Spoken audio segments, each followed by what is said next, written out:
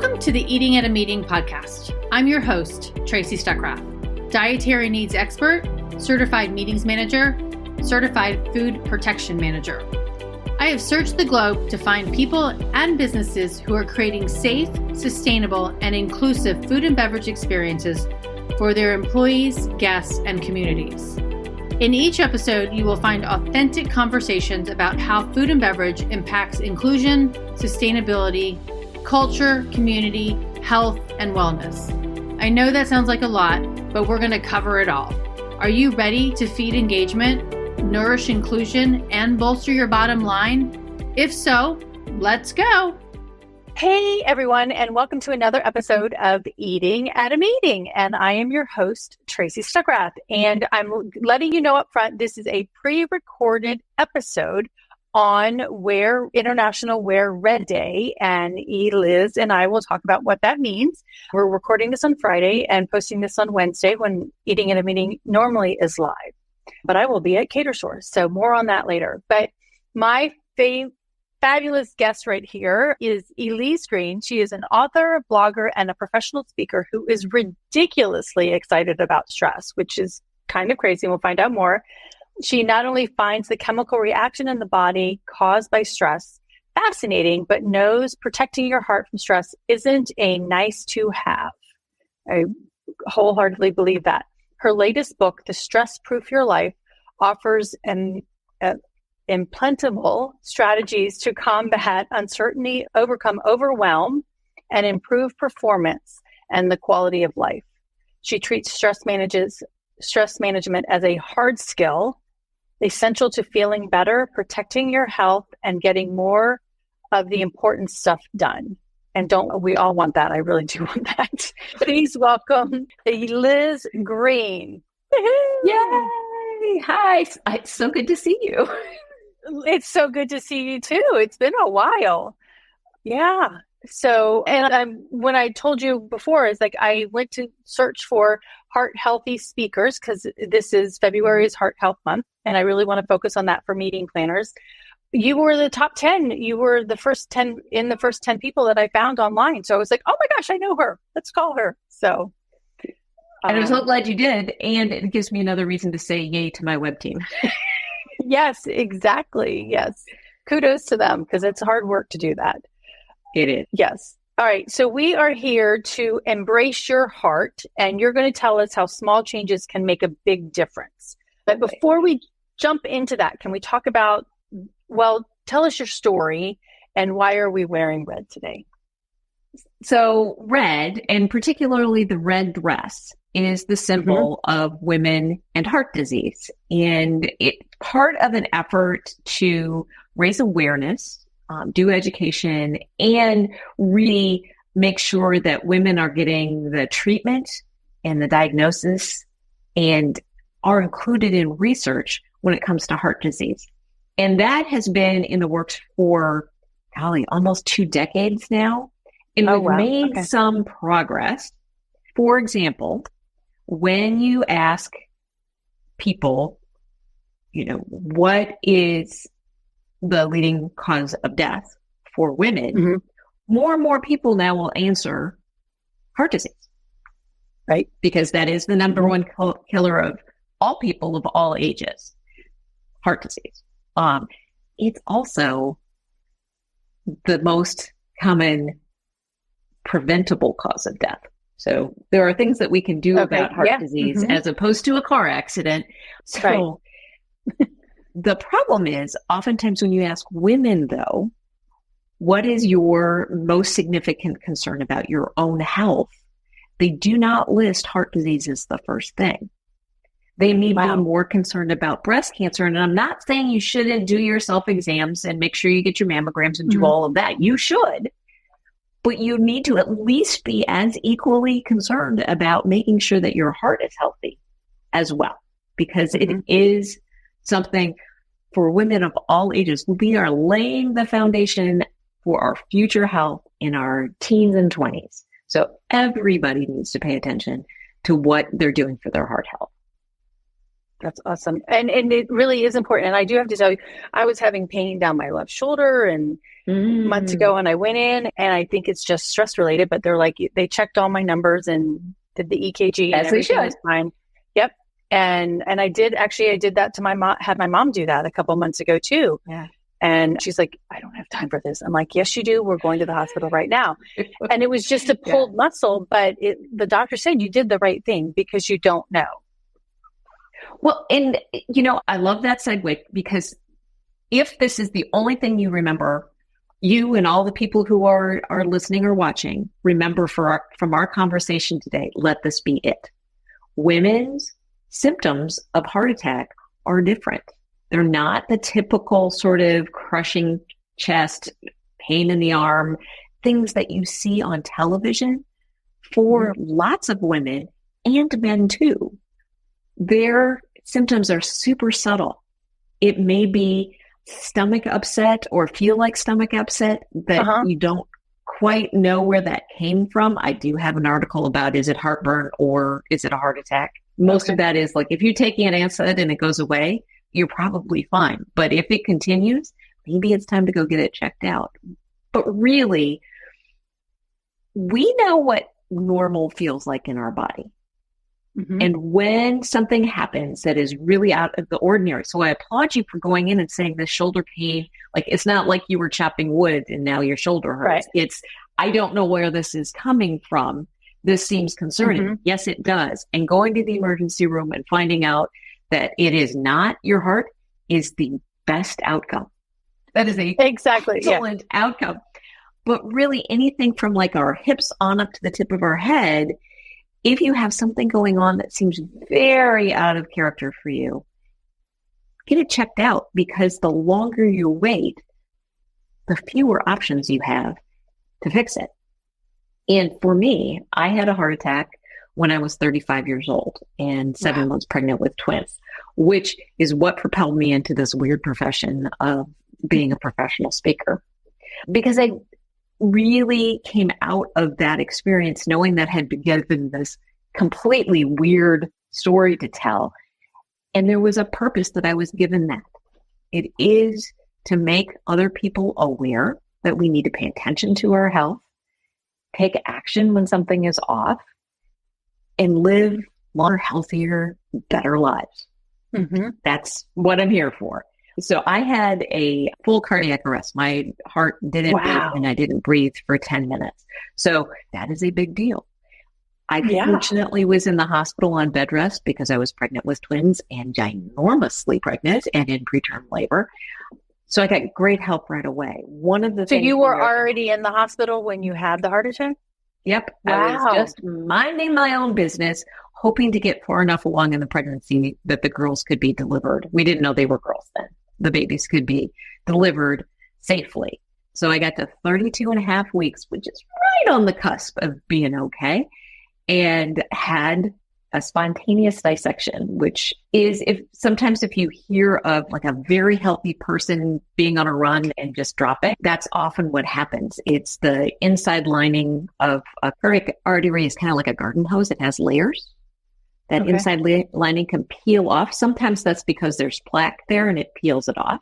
Or it could just be spontaneous dissection.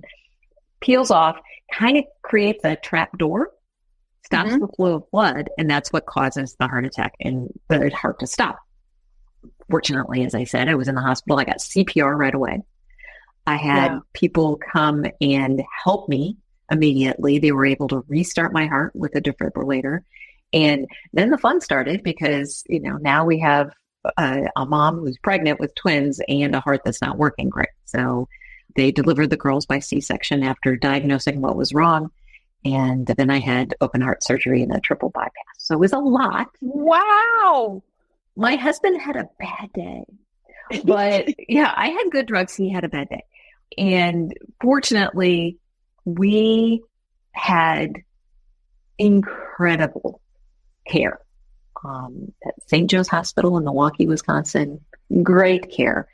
And I'm still here. My girls are 23. They've both graduated from college. We're all doing well. It's a good story. It turns out well.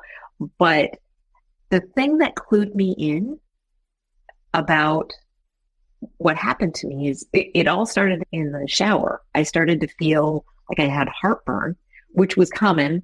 I was on bed rest. I ate laying down. I had heartburn all the time. But that burning became more and more intense, and I started to throw up, but not in an upset stomach kind of way, just in a like, whoa, this is really odd. And I met my own eyes in the mirror and said, I am in trouble. Wow. Was able to ring for the nurse, and then people started helping me, which is good. But that sort of feeling of impending doom is in fact a symptom of heart attack. Like, wow, this is bad.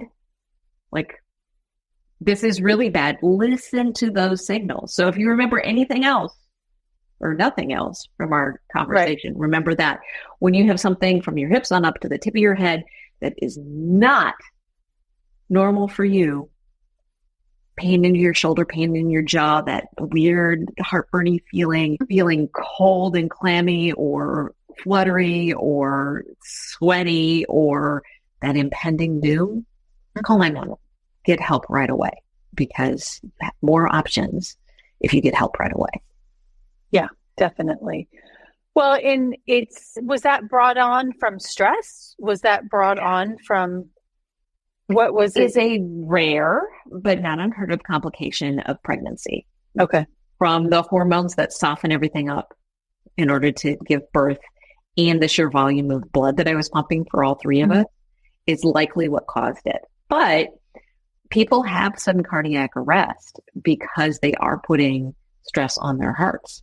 So whether that's through exercise or other things, right? Stress is the least well-addressed risk factor for heart disease. Now, we hear about high cholesterol and, high sugar levels in your blood, right, or glucose levels and high blood pressure, which are all major risk factors for heart disease. But there's no like cuff you can put on your arm and pump it up and go, oh, I am 90% stressed. There's no way to really do that. Right. So it is the one that we pay the least amount of attention to, but it can really make a huge difference. It's like the Powerball of risk factors. So maybe if you are a little bit older and maybe carrying a few extra pounds and your blood pressure is a little high, so you have an elevated risk of developing heart disease already. You layer on top of that a high level of stress, that can double or triple that risk. So you're going to get that heart disease earlier, quicker. It is more likely. So if we can keep our stress levels at bay, and stress isn't good or bad, it's just a reaction to what's in your environment, but that constant, what we're talking about, if we can get that cortisol level, the stress hormone down, our heart just works a lot better. So, okay, so let's just jump into this. And and everybody's probably wondering, why are we talking about this on Eating at a Meeting? About this and food. Exactly. Yeah. I mean, and my cholesterol levels are a little elevated right now. And I told you I've got a lot going on in my household at the moment. And actually Christmas Day, I had a vertigo episode for 6.5 hours. And it's my second one in 2.5 months. And they did an MRI of my brain, and there's nothing there. Thankfully, no tumor. Well, there's a beautiful brain there. Yeah, exactly. There's a beautiful brain there, but no tumors. But it's probably stress. What's going on around me? Yep. Running a business and my family health stuff that's going on. Yep. So why do you find that ridiculously exciting?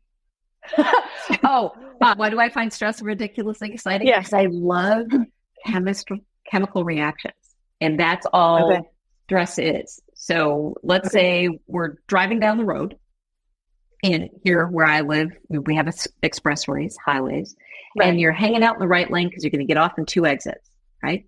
And you're going along, and you get to an on-ramp, not for the exit that you're getting off on, but the one before it. Yes.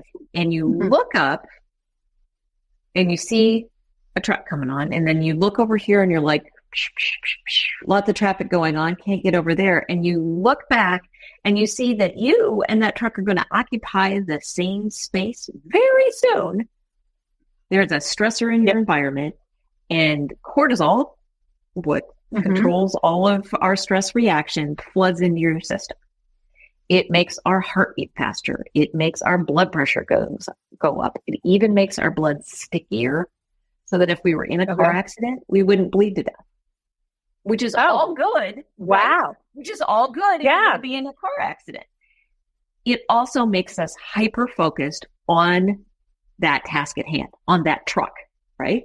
So if you have the radio on, even if it's playing your favorite song, you're not hearing it anymore. If you were in a conversation, you're not talking anymore. You are just paying attention. So when you look to your left again and see a window, an opening, and you get over and get out of the way and you avoid the car accident, that cortisol level goes down. That cortisol leaves your body. That's what it's supposed to do. Go up when you need it, go out when you don't. So as I said, stress isn't good or bad. One of the things I find absolutely fascinating is that reaction that we have is exactly the same in the car accident, or if you are surprised by people jumping out and saying, "Surprise, happy birthday." The same reaction. Wow. Heart rate goes up, everything. So it's not good or bad. It's not negative or positive. It just is this reaction to your environment. And the problem is, though, if it's not happy birthday or that car that's causing you stress, it's the worry about your parents' health or the uncertainty of running your own business, or the, whatever it is that's just up here, like making that stress reaction happen. Because you're like, well, what about this? And what about this? That stuff that keeps you up in the middle of the night or doesn't let you get to sleep. Right. That keeps that cortisol level up, doesn't get the chance to come down. And that means your heart rate stays up, your blood pressure stays up, and your blood stays sticky, which is not good for your heart. That's how stress and heart health are related. Now, how is food related in that? I like to think one of the things on my book, there's a balloon in the vise. When I wrote Stress Proof Your Heart, it had a heart in the vise. We had a hard time figuring out what to put in the vise for Stress Proof Your Life. And I'm like, I don't understand the balloon, like a birthday party. And he's like, no, you talk about internal and external pressures. I'm like, oh, I get it. Oh, yeah. So if you have a lightly inflated balloon, you can squeeze on that. You can sit on it. It is not going to pop. But if you have a tightly inflated balloon, it doesn't take a lot of pressure from the outside to pop it. And that's what happens for us too. If we are having all of this stress building up and making that pressure on the inside high, it doesn't take very much from the outside to come in and make this all a crisis or a catastrophe. And that's really what we're trying to avoid.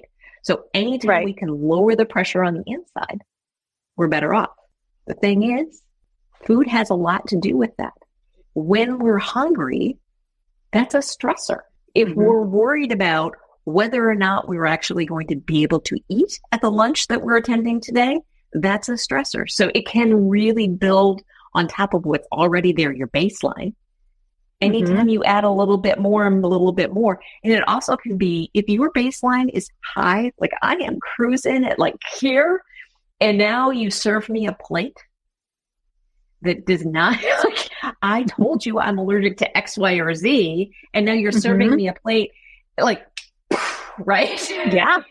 Yeah. So it can add to our internal pressure, but it also can be that external trigger that sets it off, because now you're up to here, and it just took the fact that there are bell peppers on the plate, and we've told you no bell peppers. Right. Or if you're hardcore vegan, or you're any of those things, but it's your first time traveling, right? And you don't know, that experience. So it could be if you're a new job, right? And that you're on your first business trip ever, right? And that could that stress of all of those things combined, not necessarily that, you have a dietary need, but that adds to that too. So, yeah. Right. And early on, I was on a very restricted diet for salt because that puts pressure on the heart, like physically makes your heart work harder if you're having a lot of inflammation from having too much salt. But as you know, salt is everywhere. It's sneaky.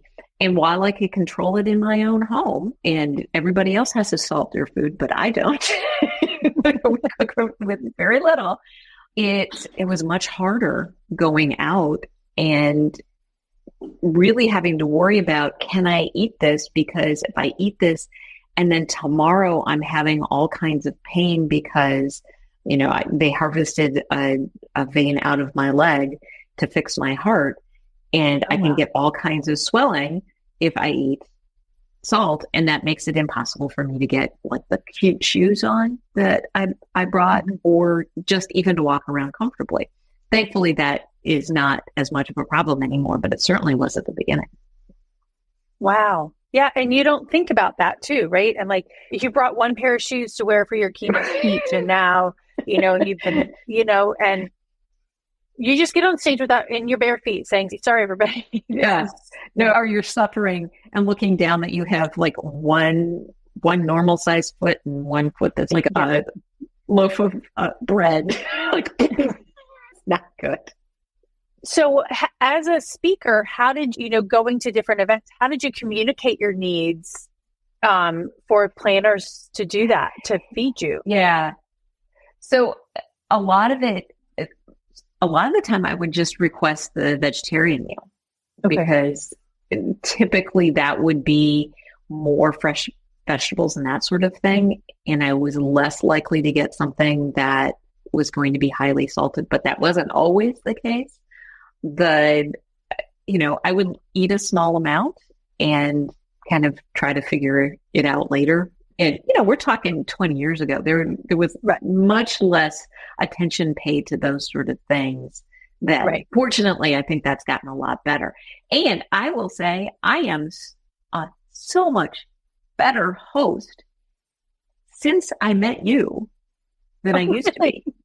Really? Oh, for sure. Oh, absolutely. And I thought I was doing a pretty decent job because we had a Girl Scout troop when the girls were growing up. And we had girls who were kosher and somebody who's lactose intolerant, somebody who's celiac. And, so we had all of these things that we had to pay attention to. So but I didn't ask people who were coming over to dinner whether or not they had anything I needed to respect. And I think you gave me the language. Now we make dinner in the summertime. We have a sailboat race team on Friday nights. We feed our crew 16 Friday nights in the summer. We feed our crew. So we have 10 or 11 people who do not belong to our family. Our family already has some complicated, but I ask, do you have any allergy sensitivities or preferences I should respect? And I should respect, I think I got from you. I love that. No, and I love that way to say that because it's just like, do you have any food allergies? Right. Right. The respecting of it is important. Right. Because I don't want anybody to get sick or be uncomfortable or be like, I'm not eating that. No, I do have somebody on our team who is lactose intolerant, and I have come to understand there are sometimes she's just going to choose to have the cheese because she wants it.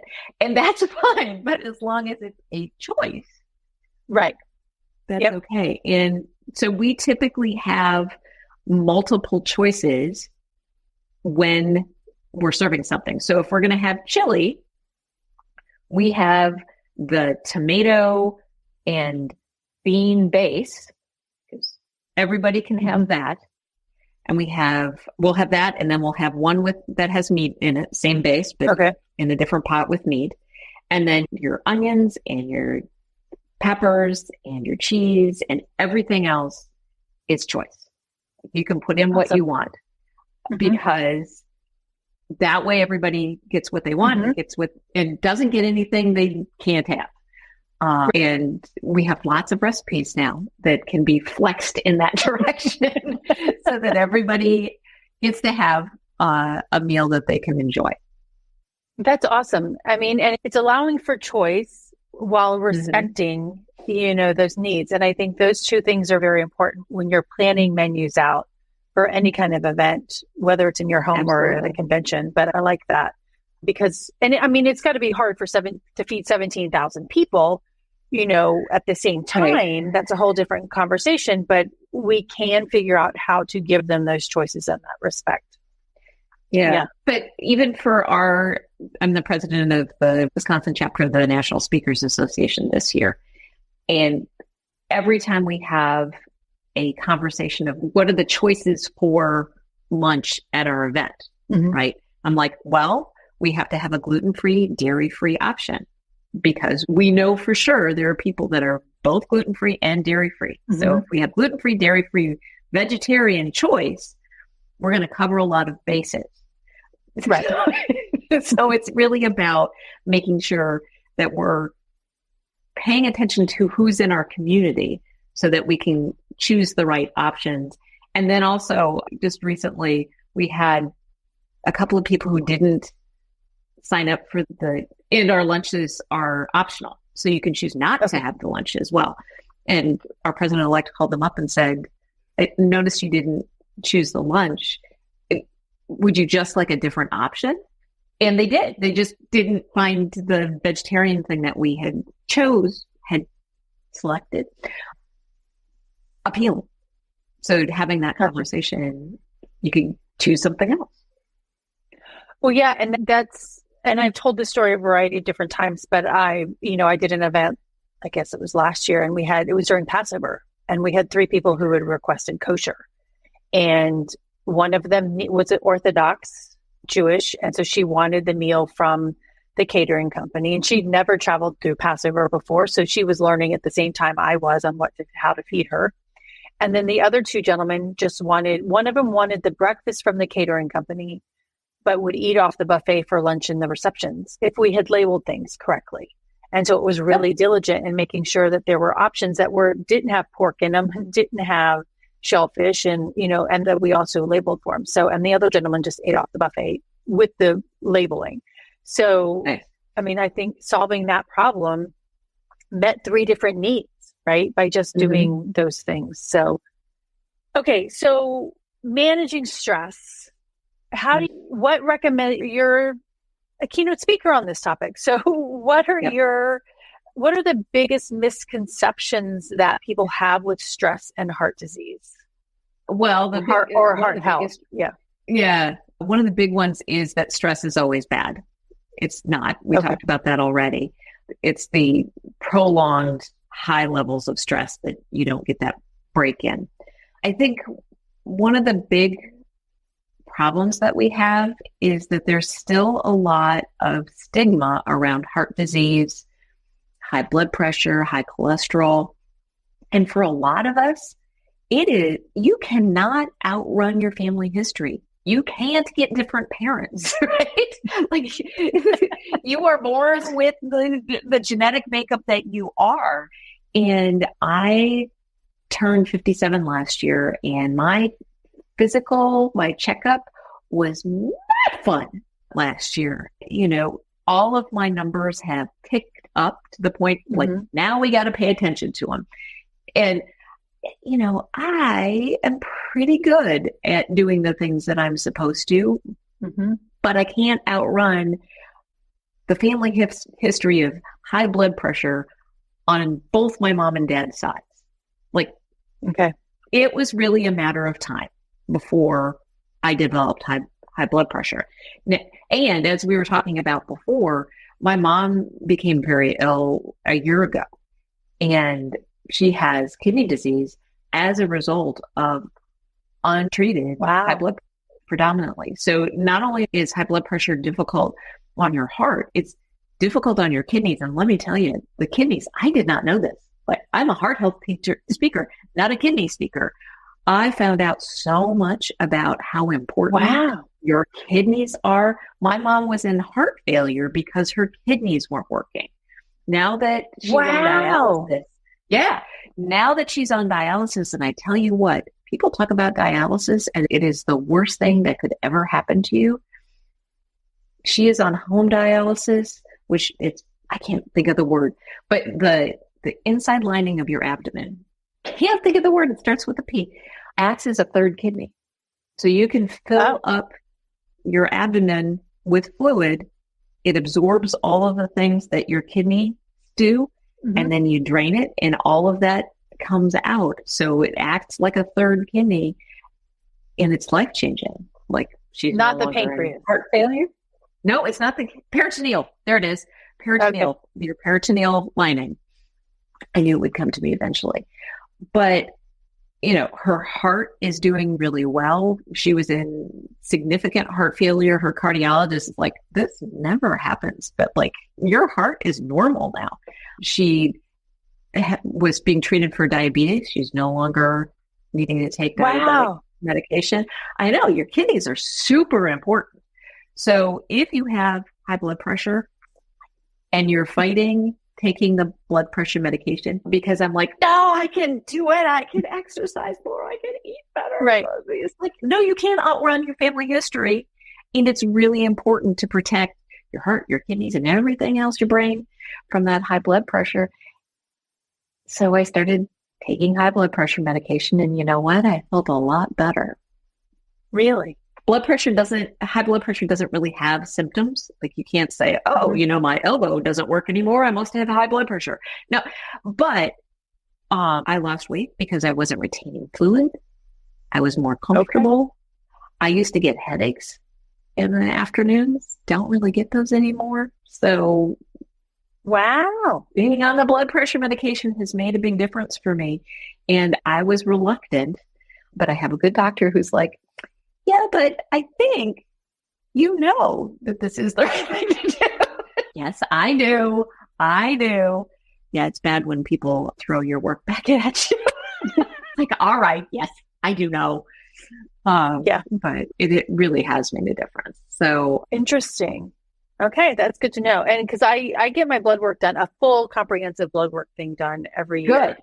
And my doctor's like, you're fine. And I'm like, no, these are highlighted red from, LabCorp, whatever. What am I supposed to be paying attention to? Right. And so it's and I am concerned. I mean, I do pay attention to it. And especially I do pay attention to I do live with my parents. So I know what their history is. So exactly what they are. Yeah. Exactly. Yeah. So that's good to know. Well, I didn't realize that about the kidney and the heart. And I mean, they're all connected. Yeah. They are. Everything's, we're all very unique. Mm-hmm. Everybody's body is a little bit different, which always makes me laugh when somebody's like, you have to do this. This is the only way to do it. It's like, nope, you are going to have to find your own solution, like what works with you, with your body chemistry, with everything. And I think that's probably the other, because you asked me what do people understand, that stress management isn't a one-size-fits-all type of thing. We all, something that really causes me a lot of stress may be something that you're like, no, that's actually kind of fun. I enjoy that. Like, we don't all get stressed in the same way. We don't have the same symptoms of stress. And what is going to allow us to disconnect and recover from that stress may be different. A lot of, I'm going to have to excuse myself because my nose is running. It is cold here in Wisconsin. But there are a lot of times people will say to you, oh, you just need to meditate, or you just need to relax a little bit. And there are people in this world where if you made them sit still, concentrate on their breathing, it would make them more stressed. Because they can't shut this off. Like, it's like, you need to have something that is thoroughly occupying, so that you can disconnect from what's causing you stress and let your body recover. And I refer to that as the border collie or iguana style of stress recovery. So it sounds like maybe you might be a border collie. My husband is a border collie. he needs to be occupied, which is why he likes to scuba dive. He likes to exercise. He likes to read like mysteries. So his brain has to be thoroughly occupied by something else in order to disconnect. I like that quiet contemplative time. I like to sit on the beach and watch the sunset. I like that too. So yeah. Yeah. So but not for very long. Yeah. And most of us exist somewhere in between, where there may be times you want some of that quiet contemplative time. There may be times that you need to be highly occupied. I am a big fan of the busy hands, free mind sort of thing, whether that's crafting or sailing in a lot of ways. If we're not racing, racing is fully occupying, but sailing often is just like you're paying attention to things and your brain is occupied enough not to be thinking about all that other stuff.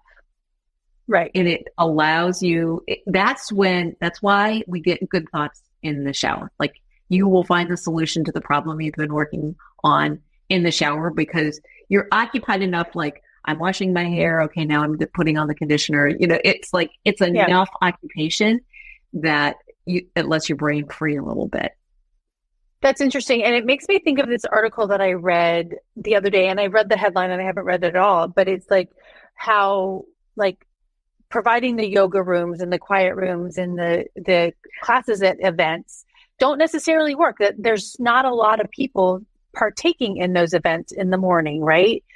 I mean, because it might not be the right fit for them. And maybe you need to have a craft class instead of the yoga class for somebody, right? But yeah, we want to provide those. And I think it's a good idea to provide those options for people to have the quiet rooms, you know, et cetera. But don't get stressed out if not a lot of people are using them, because the people who do need them and want them are utilizing them. Yeah. I am always a big fan of the puppies though. Oh yeah. The puppies are. Oh my God. What? Unless you're allergic to dogs, but yes. Okay. Then yes, then not. Yeah. Yeah. But I also think one of the big sources of stress at events is the interaction.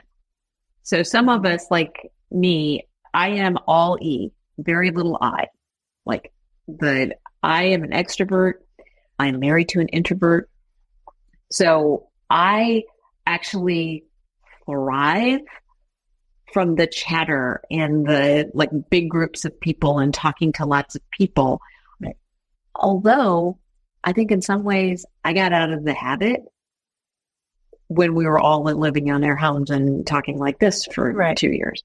But for people where that is super overwhelming, providing spaces where maybe that's in a smaller group or it's in a quieter place, or it's really just sitting across from another person and having a conversation instead of a room full of 4,000. Right. Allowing and being intentional about that community building and belonging part, I think really helps people find a way to interact with the people that are there in a small enough dose that it's not stressful. That's a really good point, because and people learn in different ways. So as a keynote speaker on this topic, and you're in front of a stage of 500 people, not everybody will learn that, grasp everything from you in that room.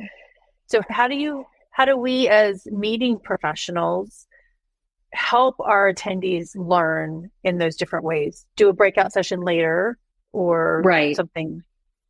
Well, part of it is on me. Okay. And recognizing that I have to provide information in lots of different ways in order for people to grab onto it. It's very rare that I just blather at people for, 60 minutes straight. I'm always going to work in some sort of interaction so that they get a break from me talking at them and they get to use part of what I'm teaching themselves. So whether it's, I used to be a dance teacher and choreographer, so oftentimes I'll make people get up and dance with me, which is harder some audiences than others, but and it's not appropriate everywhere, but it gets people up, it gets them moving, it gets them interacting with the people around them. And then when we come back, everybody's brain has woken up again and we're able to engage in a different way, or there's some quizzes and things that I do with my audiences and online or whatever. And I do have a resource page for all of you. So if you're wondering if you're a border collie or an iguana, I have a quiz for that. I have an assessment to figure out how high your baseline stress level is, and how likely that is to impact your physical heart health. So is that the Stress Proof Now? Yep. Stress Proof there, Now. I'll put it up. Yeah, there you go. Yeah. Yeah. So if you go there, there's lots of resources there. There's also resources to figure out how to release some of that cortisol. Our bodies are super smart. They are designed to get that cortisol out of our systems. It's just sometimes we have to give it a little signal, which is why things like yoga and meditation work for a lot of people, because anytime we lengthen and deepen our breath, that's one of those signals that we can give our bodies to let go of that cortisol. Anytime we raise our heart rate and bring it back down again, that's a signal for our body to let that cortisol out, which is why exercise works. But you don't have to exercise necessarily to get that heart rate up. There are other things that get that heart rate up, including cheering on your favorite team. If you're the kind of sports fan that I am, where even in your living room, you tend to be on your feet and making a lot of noise. So this is really interesting to me in so many ways as a meeting professional, because it ties into what we're serving people, in making sure they're comfortable in the eating environments that we have, but also just making them comfortable in our events in general. So I love what Eliz is sharing here with us. And so if you're listening, what do you do to de-stress yourself? Is it doing yoga? Is it walking the dog? I want to jump in. I don't know. Meeting planners, we have to think on our feet. For I don't know how many years it's been called the top 5 most stressful jobs. It's number 3 now. Number 3. Wow. Well, and then somebody actually interestingly said to me, they're like, I don't feel like we have the stress level as a police officer and a pilot and a firefighter, because they're saving somebody's lives versus what we do for a living. But so can I address that one for just a second? Yeah. So the police officer and firefighter, yes, absolutely. And pilot, those are typically the ones that are in that group. Yeah. For the police officers and firefighters, they have a lot of downtime. And then they have these moments of stress that now, which isn't to say that can't, chew at them over time. Right. For meeting professionals, because of how you work and the pressure, you're not planning one event. You may be at one event, but you got 6 more on the back burner, that still need attention too. So it's just a constant level of high stress that I think is different. And I think rightly so that the profession is ranked as high as it is. I'm actually working on a project. I didn't even tell you this. I'm working on a project that is specifically for meeting professionals, how to treat, I forget what we called it, but it's a roadmap for how to deal with stress at an event. When you're actually on site working an event, and those, your baseline stress now is higher than it was.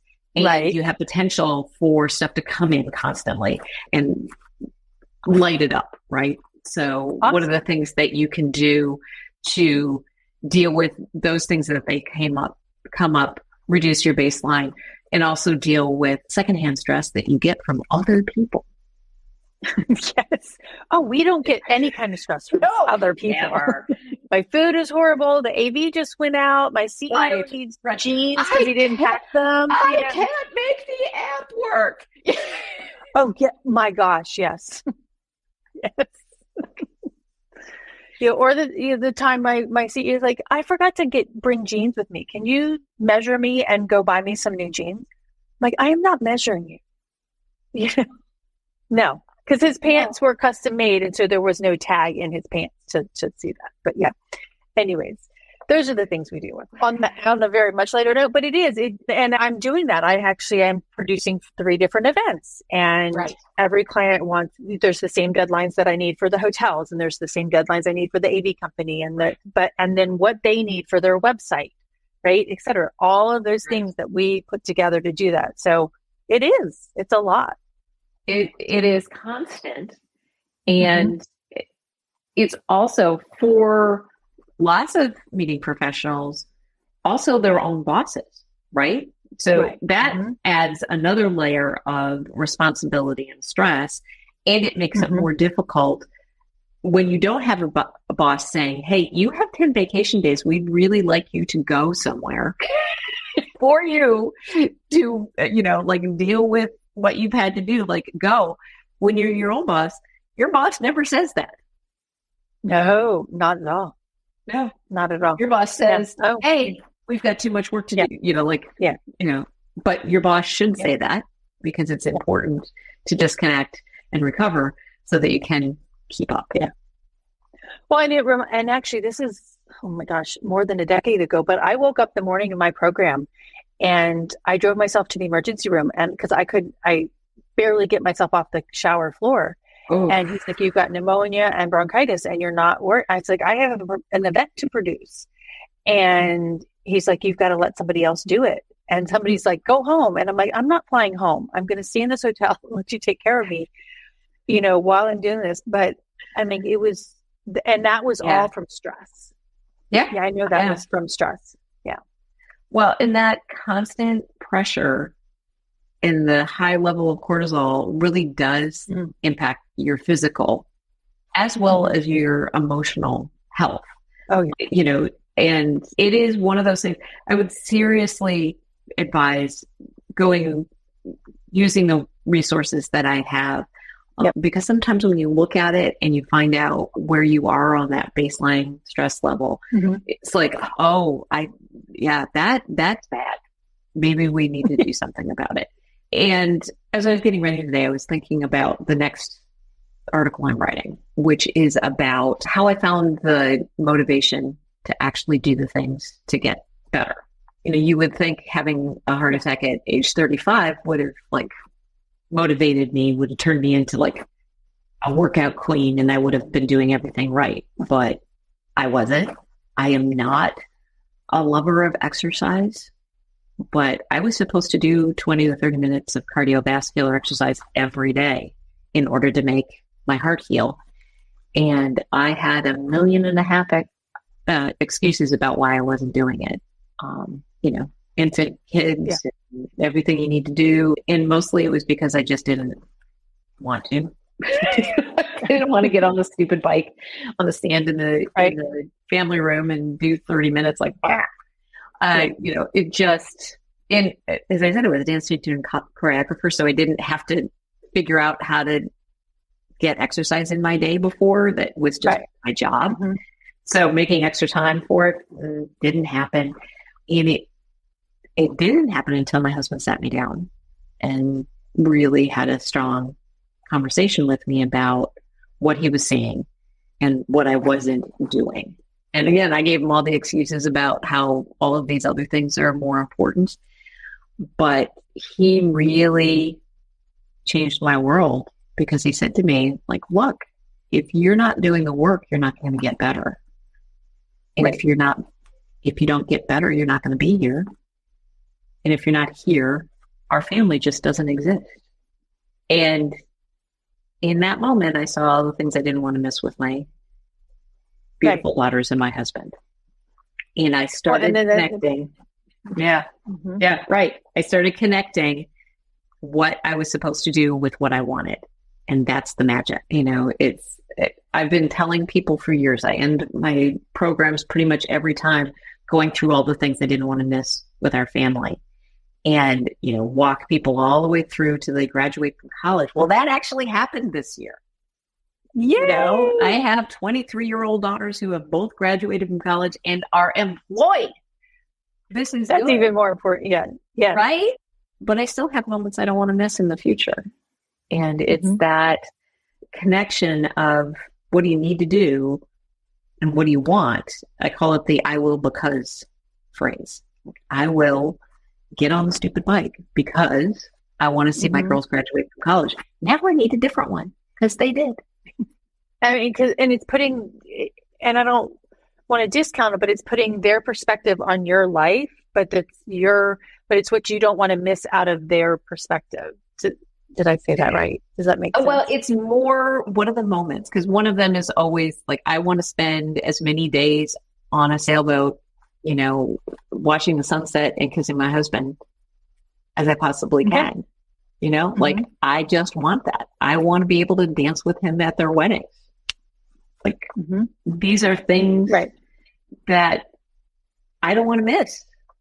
And we all have that stuff. It may not even be about other people. It may be, I want to go and be able to, I have a friend that just did the Grand Canyon. Okay. And, yeah, the Grand Canyon, go down one side and go back up the other. Rim to rim. That's exactly it. Now, that is not my thing. That was not, but for her, that was really motivating. She needed to do some things in order to be able to do rim to rim and not have to turn back 70% of the way. Right. So it's knowing what you want and what will make it worth doing the work to get there is really important. That's awesome. Okay. We're at 55 minutes. Wow. We could talk about heart health all day long. Just two final questions for you. What pieces of advice do you have people to help? Besides going to your Stress Proof Now, what pieces of advice can you give, 2 or 3, quick ones to say, hey, do this besides what you just said about the moments, but yeah.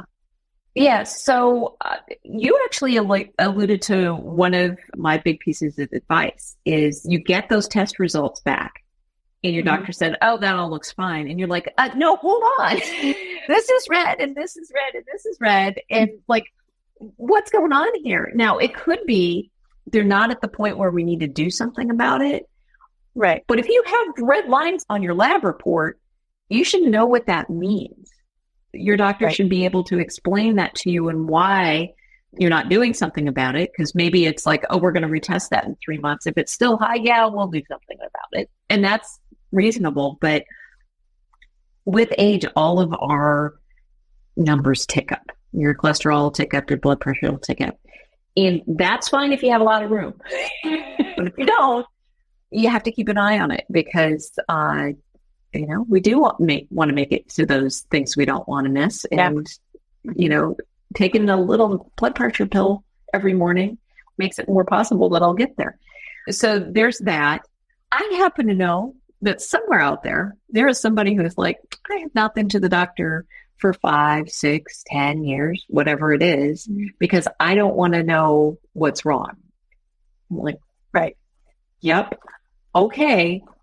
But the longer you wait, the fewer options you're going to have. Right.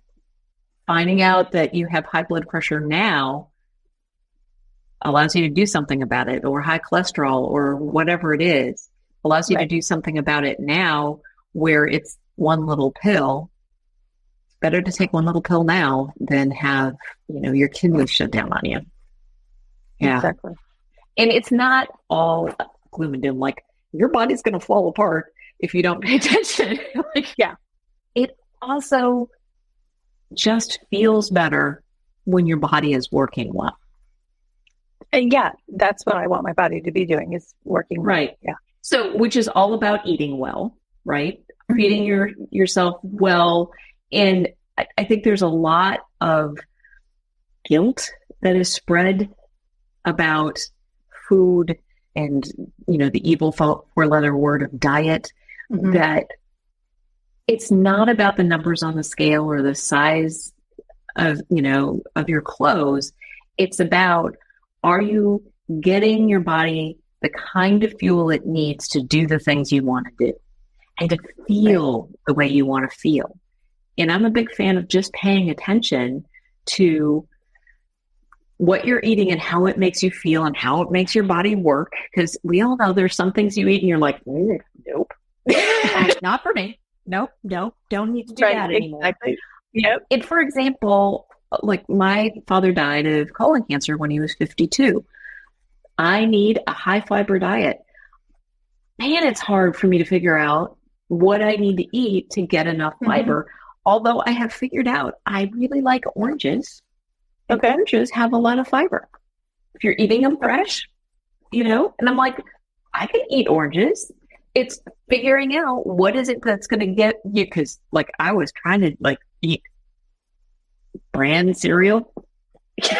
Yeah. Brain cereal is not the best. I mean, I can do it, but that is not an enjoyable breakfast. Yeah. So, but I'll have an orange, and that works just fine. Yeah, it's got that sweetness and it's got the fiber, and And I awesome. I am craving fewer sweets because I'm getting that sweetness, which is nice. Yeah. Oh, that's a good idea. Good point. Yeah. Okay, so final question, which I ask everybody. What does a safe, sustainable, and inclusive food and beverage experience mean to you? I'm totally putting you on the spot. I totally put it. No, I love that question. So I'm wrestling with how to answer that because part of it, like I have the hosting gene. Yeah. And so as a host, what it means to me is that I have provided a spread of things that people walk in and immediately see the things that they will enjoy eating and drinking and are not stressed at all about whether or not this is going to be nourishing and enjoyable.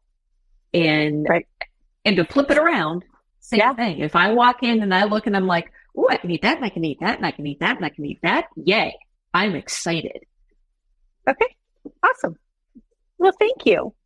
Okay. We've already put I'll put it back up there. Find you at stressproofnow.com. You can also connect with Eliz on LinkedIn at the Eliz Greene on LinkedIn. And then actually your social media, if you saw it on the ticker down there, is the same thing, the Eliz Greene. And the green has an E on it if you don't. There's so many E's. Yeah. Yeah, there are. So many E's. Well, I so appreciate you helping and kicking off Heart Health Month for me, because this is going to be live or it will be posted on the first Wednesday in February, and Embrace Your Heart. So, and you gave us a lot of little small changes that we can think about that can make a big difference. So thank you so much. This is, again, pre-recorded. I am at Cater Source, so you also see me at Cater Source. Or actually, no, next week I'm on a site visit with a client. Oh, I'm already stressed out. No, I'm on a site visit with a client next Wednesday when this is airing. So thank you for allowing me to do that. But the following week, I will be at Cater Source and the special event in Austin, Texas. And I will be coming to you live every single day from that show. So stay tuned. That's the 11th through the 15th. But Eliz, thank you so much for being here. I really appreciate it. My pleasure. And thank you for asking. Everyone, you're welcome. And everyone else, until then, stay safe and eat well. Thanks for listening to the Eating at a Meeting podcast, where every meal matters. I'm Tracy Stuckrath, your food and beverage inclusion expert. Call me and let's get started right now on creating safe and inclusive food and beverage experiences for your customers, your employees, and your communities. Share the podcast with your friends and colleagues at our Eating at a Meeting Facebook page and on all podcast platforms.